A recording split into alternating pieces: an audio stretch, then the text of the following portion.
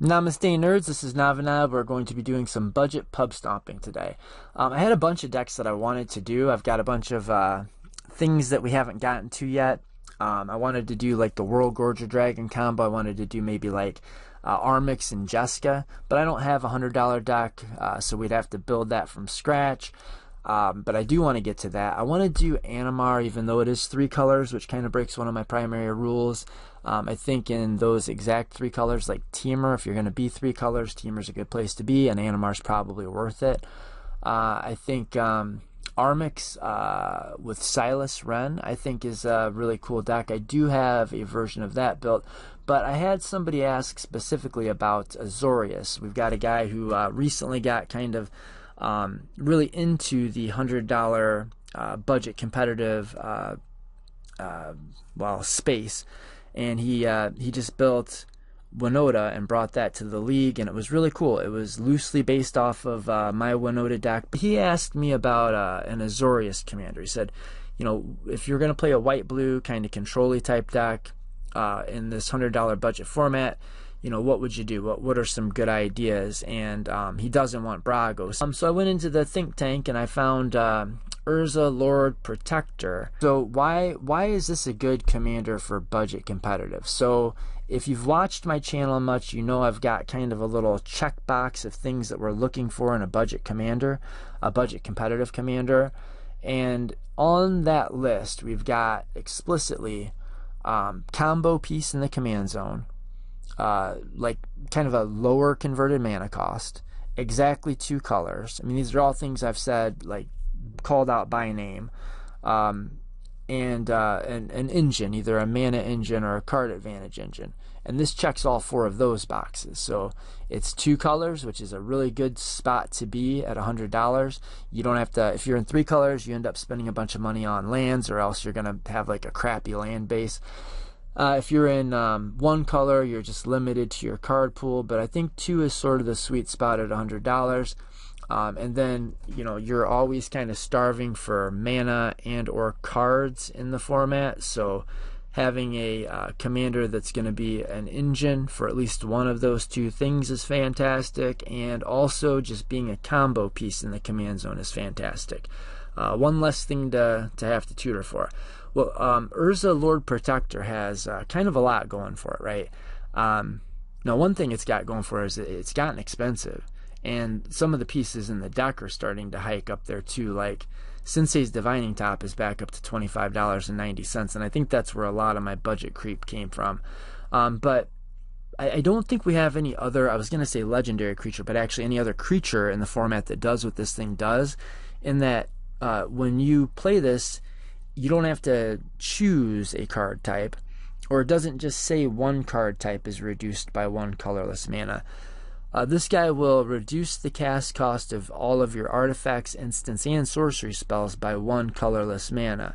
And that is an ability that we can not only break, which we definitely are doing that with Sensei's Divining Top, and we'll get to it, but it's also one that we can just sort of exploit generally. Like most of the time, you're going to see in these budget decks, at least, like some number of cantrips like Ponder, Preordain, Consider kind of cantrips, and they're going to have to spend a little bit of their money on, like their budget on 1 mana interaction that's not necessarily that cheap, like an Offer You Can't Refuse, maybe Swan Song. And we are playing some of the good 1 mana interactions, Spell Snare, Spell Pierce, but just the ones that are pretty good and easy on the budget. But I didn't feel the need to include an Offer or Swan Song, because once we've got our commander out, and he's only 3 mana, these other versions of those effects, like Negate, becomes just 1 blue mana, counter target non-creature spell, full stop, no other text, stop reading, card's over.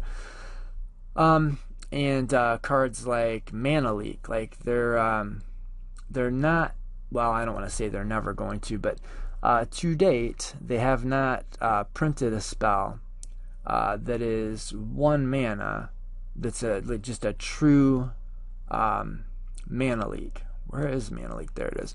So 1 blue with our commander out, this is just 1 blue hard counter. Most of the time it's going to be counter target anything. Most of the time it's just going to say 1 blue counter target anything. But it's counter target spell unless its controller pays 3 mana. These games, and once your playgroup is kind of moving into budget competitive, kind of higher powered, these games don't tend to go long enough for people to just have an extra 3 mana hanging out, and we don't have access to like the, all the fast mana. You're not going to have, like a mana crypt or a mana vault sitting around that you can tap. So most of the time, Mana Leak is going to get the job done. So with our commander online, we would actually rather have a card like Anticipate than Brainstorm, or Delay than Swansong, right? So I'm kind of exploiting this ability, the cost reduction in that way. And then some other ways. We're exploiting it probably even harder than that by using High Tide with a little High Tide package, like High Tide, Frantic Search. Some of these cards are going to go mana positive automatically, like Frantic Search, just with your commander out, you're automatically going mana positive and digging through your deck. But once you get High Tide out, it's really, really mana positive. So it's going to help you on your like stormy, storm run, storm turns. And that's what this deck is going to kind of try to finish with, something like a storm run. Unwind, kind of the same thing. So with your commander out, this is 2 mana, untap 3 lands. And if you have High Tide, then that usually doesn't line up that well, honestly. But it can do. Like you can have it in your hand when you're trying to High Tide storm off. And we're not leaning super hard into High Tide, but we do have a couple tutors that can get it, and we've got ways to break it.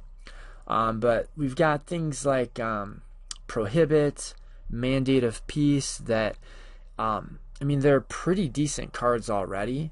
Like, they're really not that bad. But when they're 1 mana, they're damn good. Apostle's Blessing is one I want to talk about. This is normally, this is a card I think you could just play in some CEDH decks. Like Hanada, for instance, it's real good in for kind of the same reason it's good here, but it's just not that bad a card otherwise. But in our deck with our commander out, this is it's basically like, most of the time it's going to function like a just a free counter spell. Normally it's 1 colorless and 1 Phyrexian white, but when our commander's out, this is just pay 2 life. A lot of times it's going to be pay 2 life counter target spell. It's a little bit more specific than that. And if you've got your commander out, how good is Impulse compared to one of the cantrips you might ordinarily run? Reality Shift. Now we're not going to just not play Swords to Plowshare because it isn't 2 mana. But I definitely wanted to sort of err on the side of slightly more powerful, exactly 2 mana, where there was exactly 1 generic in the cost, like Soul Partition, and so on. Our bounce spells get damn good at 1 blue mana. We do not have a spell that is blue mana, instant, return target non-land permanent to owner's hand, let alone adding kicker to it. So with our commander out, both of these effects become very good. We've got Into the Royal and the other one, whatever it's called. Like Resculpt and Snap is another one that goes mana positive with our commander out, and super mana positive if we have High Tide and our commander out. But let's talk about what we plan on doing to end the game. So obviously this guy is just going to help us win counterspell battles and protect our board state and stop people from winning by giving us basically extra resources for doing battle, right, for combating. And when we're casting these spells cheaper, it's going to be nice to have engines like Archmage Emeritus that's going to just be, like anytime we cast a spell, that spell is going to replace itself. But the actual kill condition is going to end up being something like this. We're going to have our Urza out, and then we're going to use one of our handful of tutors. We've got tutor chains we can use, like we can solve the equation into Fabricate, into Sensei's Top, or we can solve the equation into Dizzy Spell into Sensei's Top, or we can just Dizzy Spell into Sensei's Top. So this is kind of the key piece in the deck. We've got ways to kind of protect it. We've got counter magic, of course, but then we've also got a way to rebuy it in case we lose it. So we've got Savine's Wreck, which is just a pretty good card. It'll also buy back some of the other combo pieces. If you haven't figured out what we're doing yet, let me explain what the other combo pieces actually are.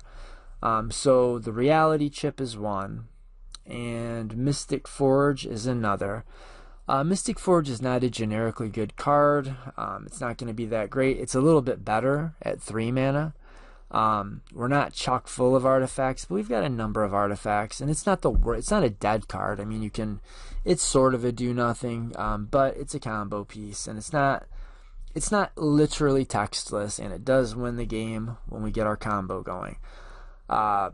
So Mystic Forge, Sensei's Top, and our Urza, or the Reality Chip reconfigured, does kind of the same thing, a little bit better job of it actually. The Reality Chip, when we reconfigure it, we attach it to a creature as an equipment. Then if it's attached to a creature, you can play lands or cast spells from the top of your library, which is just good card advantage. It's just a very solid engine at $2.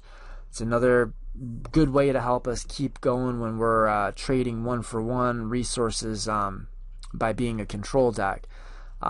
It's not great to try to control 3 opponents. It's kind of hard to do. Luckily, you're usually not the only person that's playing interaction, but the Reality Chip, even if you are the only person with interaction, if you have this thing online, you may well be able to police the table, especially when your protection spells, your counter spells, your removal spells, everything costs like 1 mana, right? But the way we're going to win the game, we're going to have our Reality Chip. Now this could be Future Sight, although it's 5 mana. It could be Future Sight, it can be Mystic Forge, or it can be the Reality Chip attached to a creature with our guy out, with our commander out, along with Sensei's Divining Top. Well, Sensei's Divining Top is an artifact, and so Urza is going to cost reduce it by 1. And it doesn't say that it can't reduce it to 0. So our Sensei's Top will literally cost 0 mana to cast. And so how this is going to work is we'll have, let's use the simplest. I think Future Sight, you can play the top card of your library. This is the easiest, kind of simplest version of this effect. It's probably the worst and hardest to tutor, but it's the simplest. So let's say we've got our Future Sight out, and we've got Sensei's Divining Top, and of course we've got our commander out. What we're going to do is we are going to use the tap ability of Sensei's Divining Top, which is draw a card and then put Sensei's Top on top of the deck. Okay, so now we can cast it because it's on top of the deck, and it costs 0 mana because we've got Urza out. And so we cast it for free, and then we tap it to draw a card, and then we put it back on top of the deck. And then we cast it for free, tap it, draw a card, put it back on top. And so these combos are allowing us to draw our entire deck. That's the idea. So again, we just need Sensei's Top first and foremost with our commander, and then with one of either Mystic Forge, Future Sight, or the Reality Chip. If we get those pieces together, and we are a control deck, and we're cantripping, we're using card draw, we are going to have a pretty good shot with our on-board interactive pieces like Dauntless Dismantler, Skyclave Apparition, Lion Sash, whatever Phyrexian Metamorph ends up being, which by the way he ends up being 2 mana with our commander out, which is pretty good. We can use our onboard interaction stacks pieces like Phyrexian Revoker for 1 mana, and our counter magic and removal suite to and our card draw to get us to a point where we can tutor our combo together or draw it naturally together. And then once we have our pieces in play, we basically can just draw through our deck, and somewhere along the lines we're going to run into our Laboratory Maniac, we're going to put it in play, and we're going to draw a card and win the game. So that's kind of the way the deck functions, or is meant to function. We also have Jace as a backup plan. Thassa's Oracle is like $20, so we're going to go with Jace. Plus, honestly, Jace is not a dead card the way Thassa's Oracle is a dead card. Most of the time when you have Thassa's Oracle in your hand, if you're not literally able to win the game right then and there, in most decks it's just a do-nothing, like, it's just a card that you don't even have. It's essentially, it says when you draw Thassa's Oracle, it's going to say most of the time, skip your draw phase until you put your other combo piece together. But Jace, Wielder of Mysteries, does not do that. Jace actually has text. We can plus it to, I mean, there's some good things that happen some of the time when you can put the top cards of your opponent's libraries into their graveyards, but, you can mess up their top deck tutors, for instance. But most of the time what you're doing is you're just plussing it to draw a card, which is good enough. That's just good enough. And then it's got the Laboratory Maniac text that says, when your deck is empty and you draw a card, you win the game. The nice thing about Jace is Jace can draw the card for you. So when you deck yourself, you can plus your Jace and win the game right there. Although I guess we could do that with Sensei's top too. Neither here nor there. So yeah, that's kind of the main aspects of the deck. We're going to use discounted cantrips that usually cost 2 mana that would be way too overpowered at 1 mana. We're using the cream of the crop 1 mana counter spells and removal. Swords to Plowshare, Spell Pierce, bang for the buck wise at least. And then we're using the 2 mana removal, like Soul Partition, the bounce spells. Disenchant becomes real good at 1 mana. We're going to control the game. We're going to have some ramp options that, like, Felwerstone's not fantastic, but it's fine. It sees some play in CDH. It sees kind of a lot of play in CDH.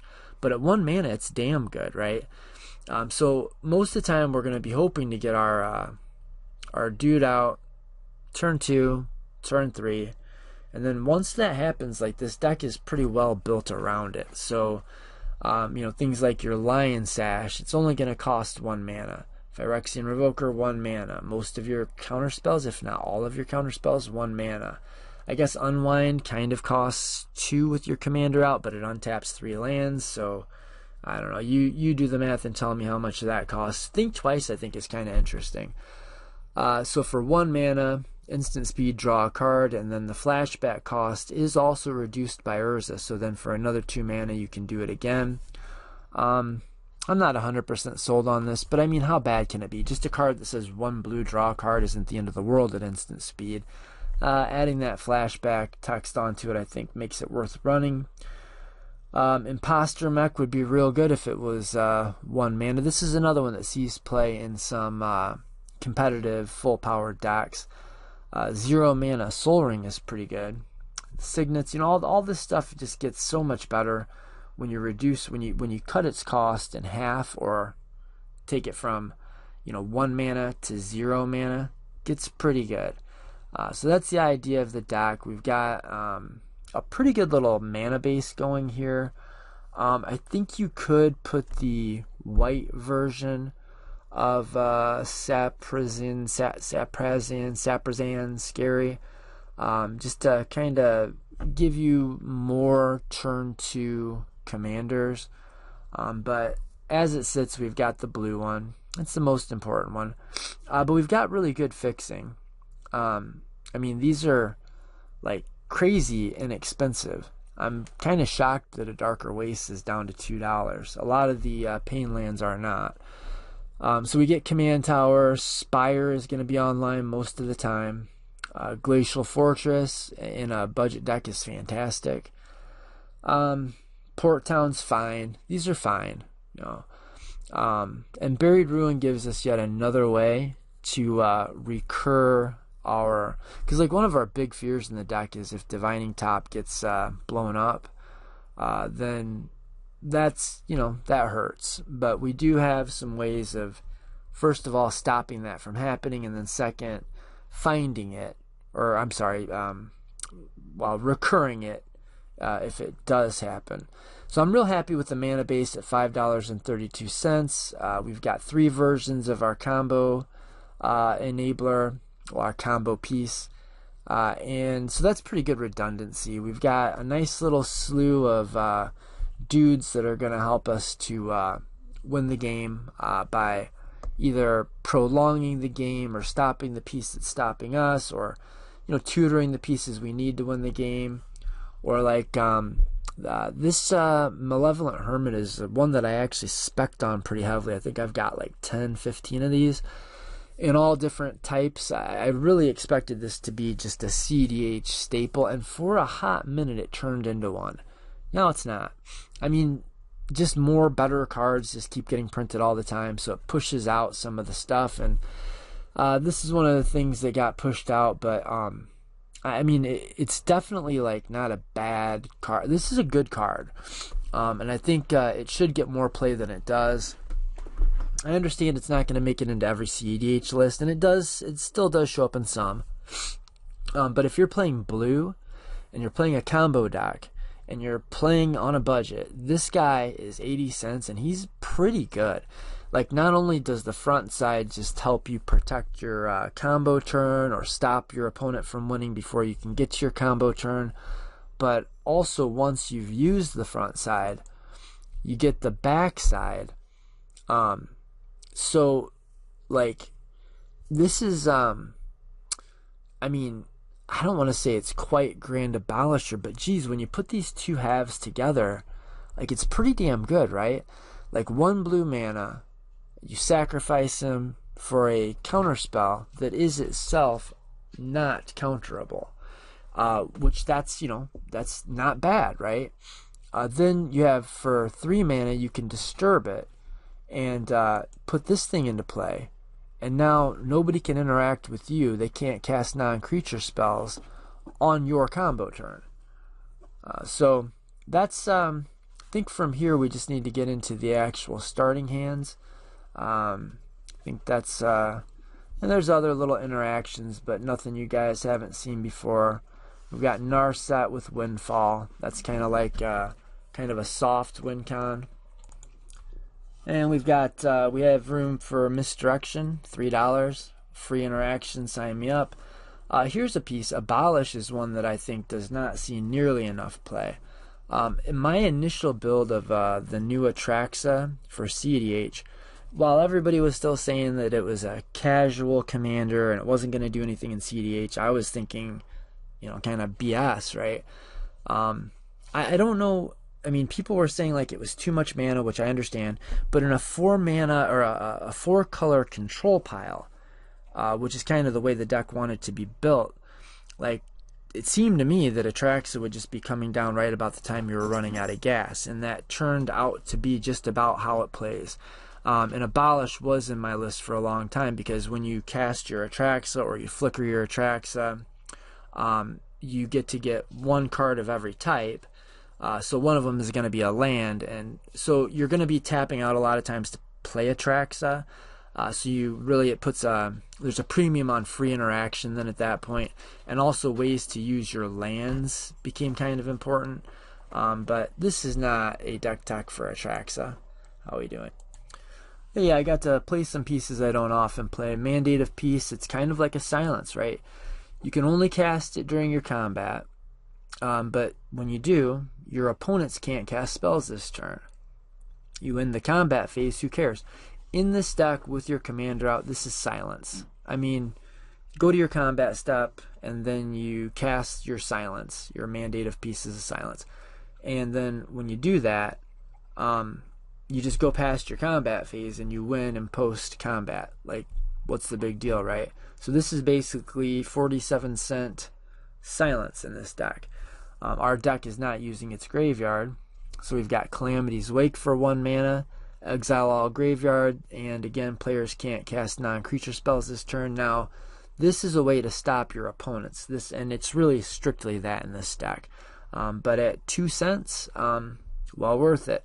There's a lot of graveyard decks out there, and this just shits on them. And there's a lot of people trying to go off and storm off and win the game, and this also shits on them. Now, you're not going to be able to use this as a silence on your turn, because you need to cast non-creature spells to go off. But still, I think worth the include. And I think, yeah, I think that's it. I guess until next time, that's our 30-minute mark. I will be representing the East Side until the day that my body is in the grave. Also known as East Side until I die. Did I say East Side or West Side? Doesn't matter. I'm both. I'm East Side and West Side. So we side until the day that I expire. Word to your fathers and also your mothers. May the force be with you and all the girls you've loved before. And namaste, nerds.